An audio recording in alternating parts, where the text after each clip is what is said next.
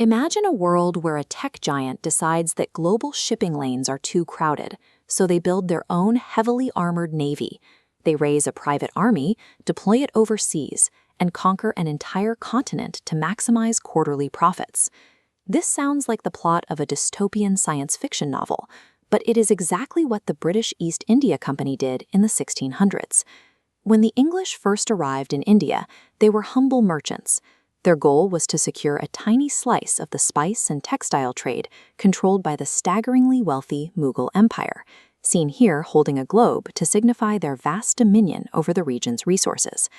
The East India Company functioned as an ambitious corporate vendor, prioritizing international market share over the traditional territorial goals of a nation-state. Operating in the Indian Ocean was dangerous.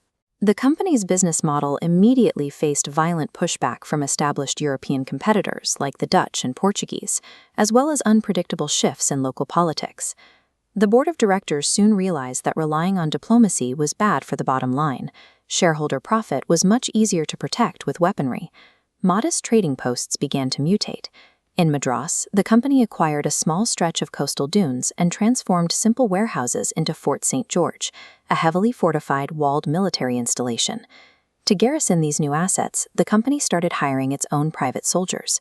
These men were not answering to a king or a parliament, they were directly on the corporate payroll. By arming thousands of guards to protect its inventory, the trading firm crossed a fatal threshold. It evolved into a sovereign, armed corporate state. This rapid militarization terrified local rulers.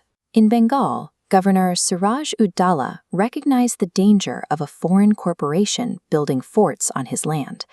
He retaliated by capturing the company's base at Fort William in Calcutta to check their overreach. The human cost of this clash was horrific. After the fort fell, over 100 English prisoners were crammed into a tiny, suffocating dungeon overnight. By morning, the vast majority died in what became known as the Black Hole of Calcutta. The East India Company demanded ruthless retaliation. They dispatched company executive Robert Clive to lead an army against Siraj-ud-Dowlah at Plassey in 1757. But Clive did not secure his victory through military tactics. He orchestrated a hostile takeover. Using company funds, Clive bought off Siraj's top commander, Mir Jafar, ensuring his troops would defect in the middle of the fight. The Battle of Plassey was the deadliest corporate buyout in history. It ended with the assassination of the local ruler and the installation of Mir Jafar as a highly compliant puppet manager for British interests. With a puppet in place, the company secured its ultimate move, the 1765 Treaty of Allahabad.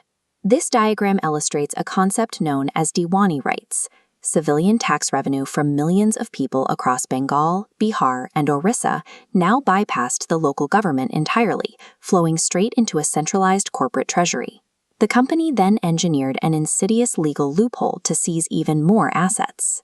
They enacted policies dictating that if a local ruler died without a biological heir, their kingdom would be automatically absorbed by the company, completely ignoring long-standing local adoption customs. This map illustrates the staggering geographic footprint the company amassed using these legal and financial maneuvers.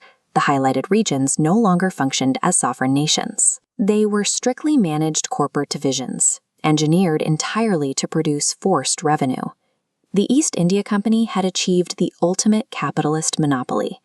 A single corporation literally owned a nation and its people. Extracting maximum profit while completely ignoring human suffering creates a brittle, unsustainable system. Eventually, the floor caves in. The company's own Indian soldiers, the Sepoys, were bearing the brunt of this greed. They faced abysmal pay, systemic racism, and a continuous disrespect for their religious beliefs. In 1857, the pressure finally ignited. Sparked by figures like Mangal Pandey, a massive rebellion erupted and rapidly swept across the entire continent, burning the company's power structures to the ground.